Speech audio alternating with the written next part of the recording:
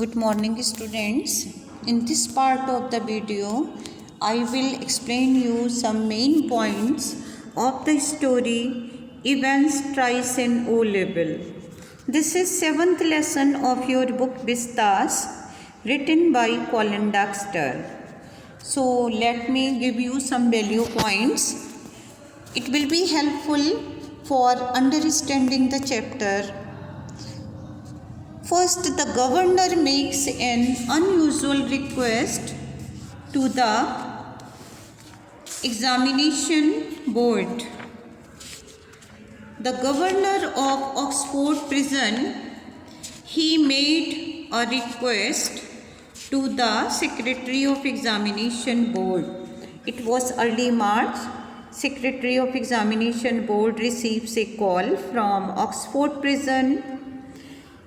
It was the request of governor, and his request was unusual because a prisoner of Oxford Prison wanted to appear in O-level German examination. Permission is granted to examine Evans for German O-level in his prison cell. Because he had no record of violence, any violent record was not found, so permission was granted. Board makes arrangement for sending forms and the question paper. Governor inquires about the procedure. Secretary asks him not to worry about it. He will be sending him all the forms and other necessary things. He inquires about Evans. The governor assures him that there is no record of violence against Evans. So permission was granted and it is decided to examine him in his own cell. One of the parsons came for invigilation. Board makes arrangement for sending forms. 2-hour examination is to start 9:15 to 11:15 am.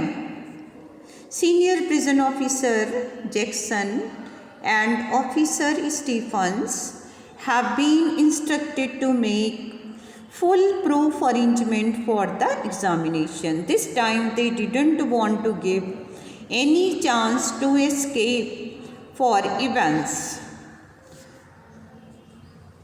Evans is unshaven and is wearing a filthy looking red and white hat.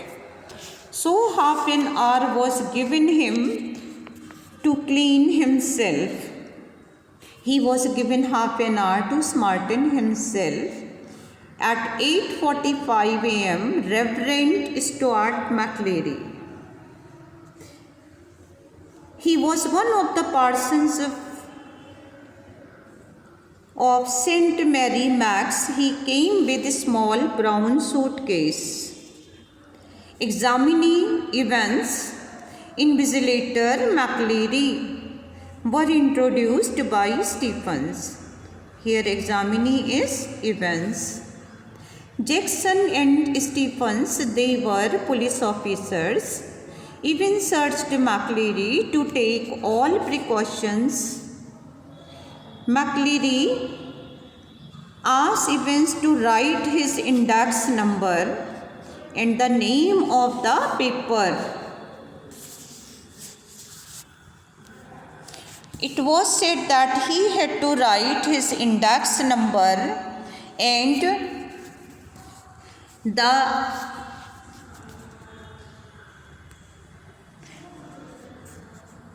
name of the paper. Evans wrote 313 and 271 respectively. You can see 6 digits code 313 271. This is 6-digit code, and in the end of the story this code was helpful for Evans to escape from prison. Next,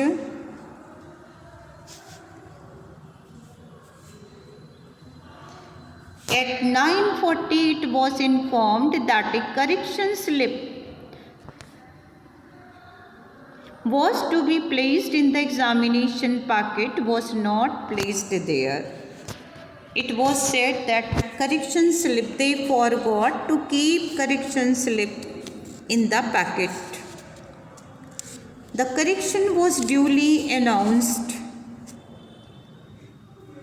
Evans kept sitting staring in front of him. McLeary seated just in front of him. Evans was not writing anything. He was just sitting and keeping his pen between his lips.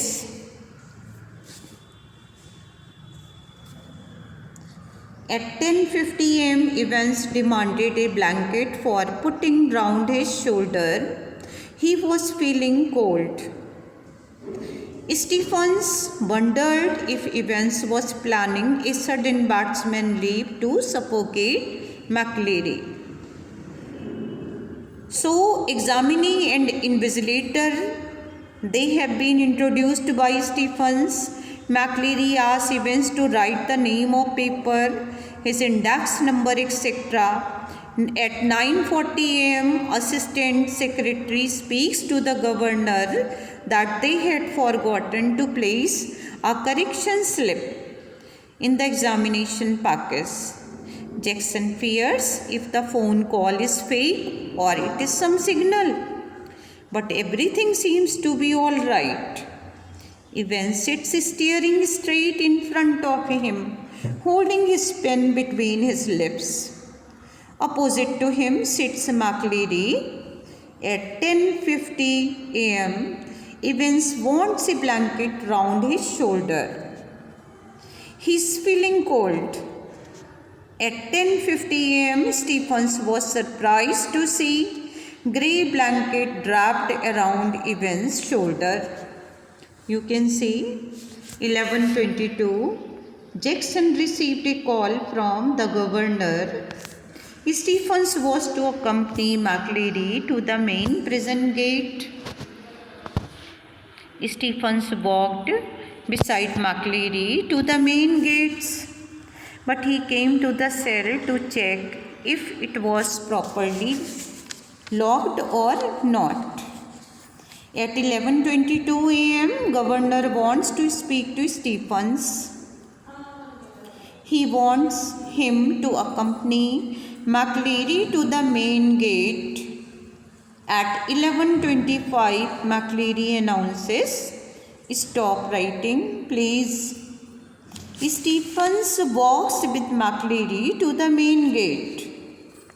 Two abnormalities can be noticed here by Stephens, who was junior police officer. He noticed two abnormalities. McLeary's accent,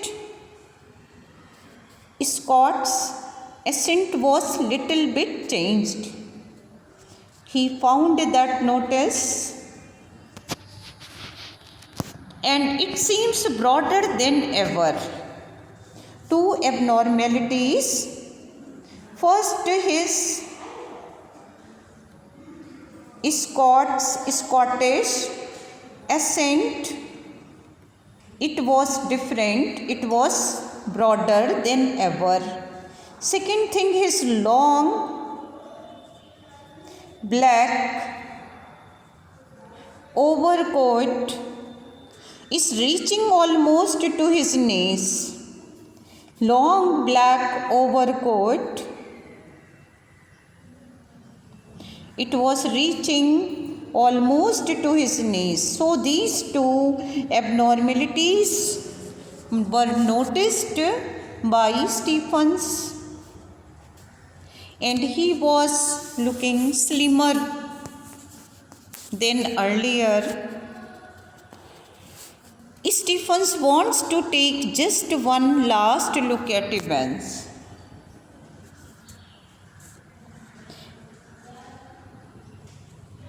Stephens walks beside McLeary to the main gate. He came to the cell to check if it was properly locked or not. After that, he wanted to enjoy coffee. Stephen made his way to Evan's cell, opened the peephole once again, but he was horrified to see a man was lying in chair. Bunch of his hair was bathed in blood. Now he thought the injured person, he was McLeary, the person who went from the main gate. He was Evans himself in guise of McLeary. Sirens were sounded. McLeary tried to speak. He could only say Evans had gone towards Elsefield. When he opens the peephole once more, then he found he was horrified. He cried, "Oh no! Christ, no!"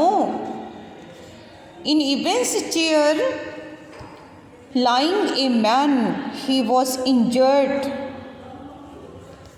His blanket slipped from his shoulder. Tufted hair are washed with red blood. Man is McLeary. He thought man was McLeary. Stephen shouts loudly for Jackson. McLeary gives a long moan, tried to speak. He asked them to get the police.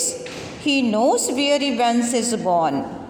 Almost immediately, sirens starts sounding, and within a minute, McLeary with Jackson Stephens is greeted by the governor.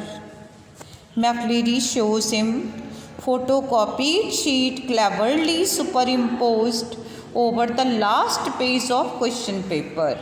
See the students, you must follow the plan in which it was written. Vital point in time, 3 minutes before the examination. It means 11:22,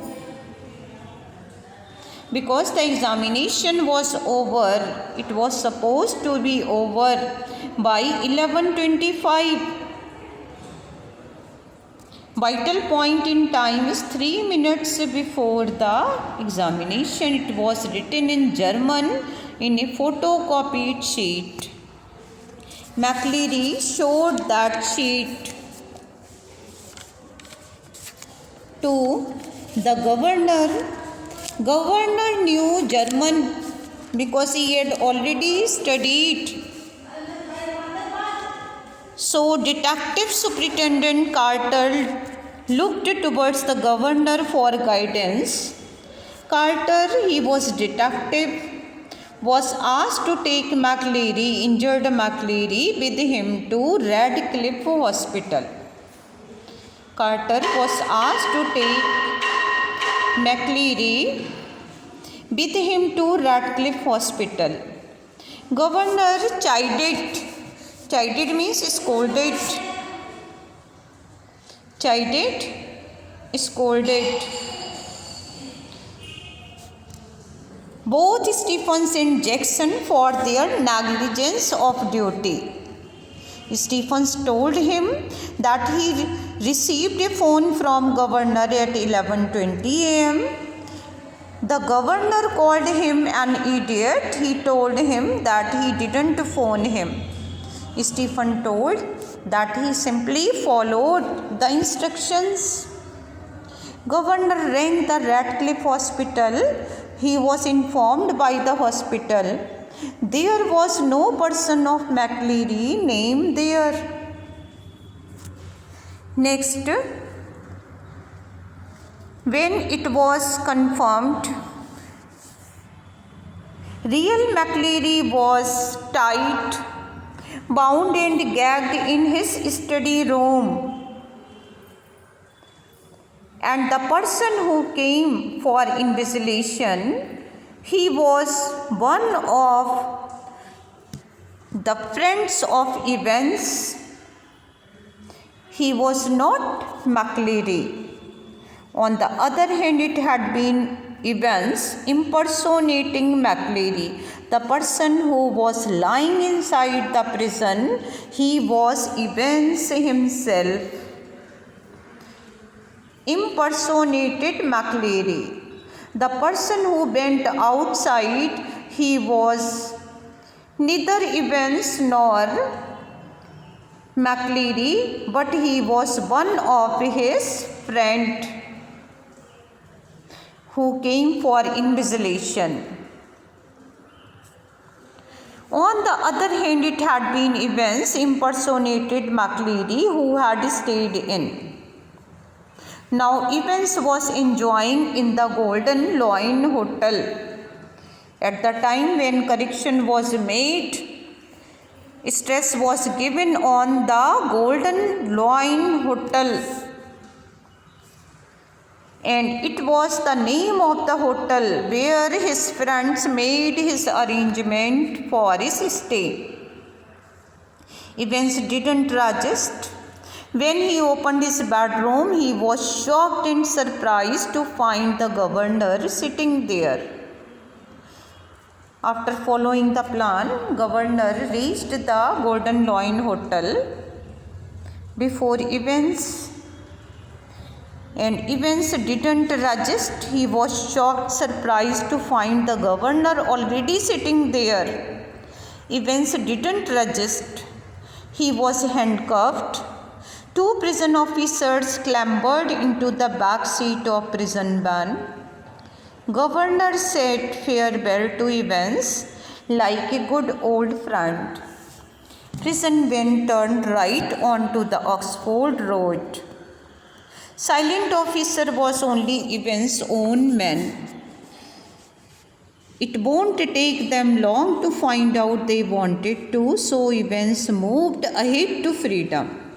He proved governor was just another good for a giggle. And so were the other prison officers who couldn't stop him from escaping. Dear students, in this story some lapses were there. So I am just explaining you what were the lapses from the beginning till end in the story. Evans had earned the reputation of being Evans the Break. Police officers, they called him Evans the Break because he had escaped from prison 3 times earlier. So he was called Evans the Break. That's why this time they didn't want to give him least chance to escape from prison. Jackson, prison officer, senior prison officer, who had spent 2 hours in searching Evans' cell, and it was instructed all things should be removed from his cell. No weapon should be there. Razor, nail filer, nail scissor should be removed from his cell because he could take advantage. Still, Evans somehow managed to conceal a false beard, a pair of spectacles, dog collar, other things, because Evans didn't remove his hat by saying that it is his lucky charm. And he had hidden strategy to escape from prison just inside his cap. There were lapses on the part of police and authorities. They helped Evans to escape from prison. First thing, his hat, because in his hat he had hidden strategy to escape from prison. Second thing, McLeary identity. They didn't verify his identity. Fake McLeary impersonated the real McLeary, who was parson of St. Mary Max. He was supposed to come for invigilation, but he didn't come because the real McLeary was bound, gagged in his own study room, fake McLeary came for invigilation. So they didn't verify his identity. This was helpful. Whole plan could have been exposed if they found the McLeary. They verified the identity of McLeary. So the person who came for invigilation, he was fake. So this was helpful for him.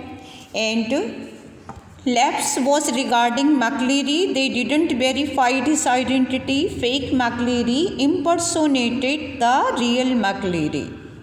Mr. McLeary had been bound and gagged in his study room since 8:15 a.m.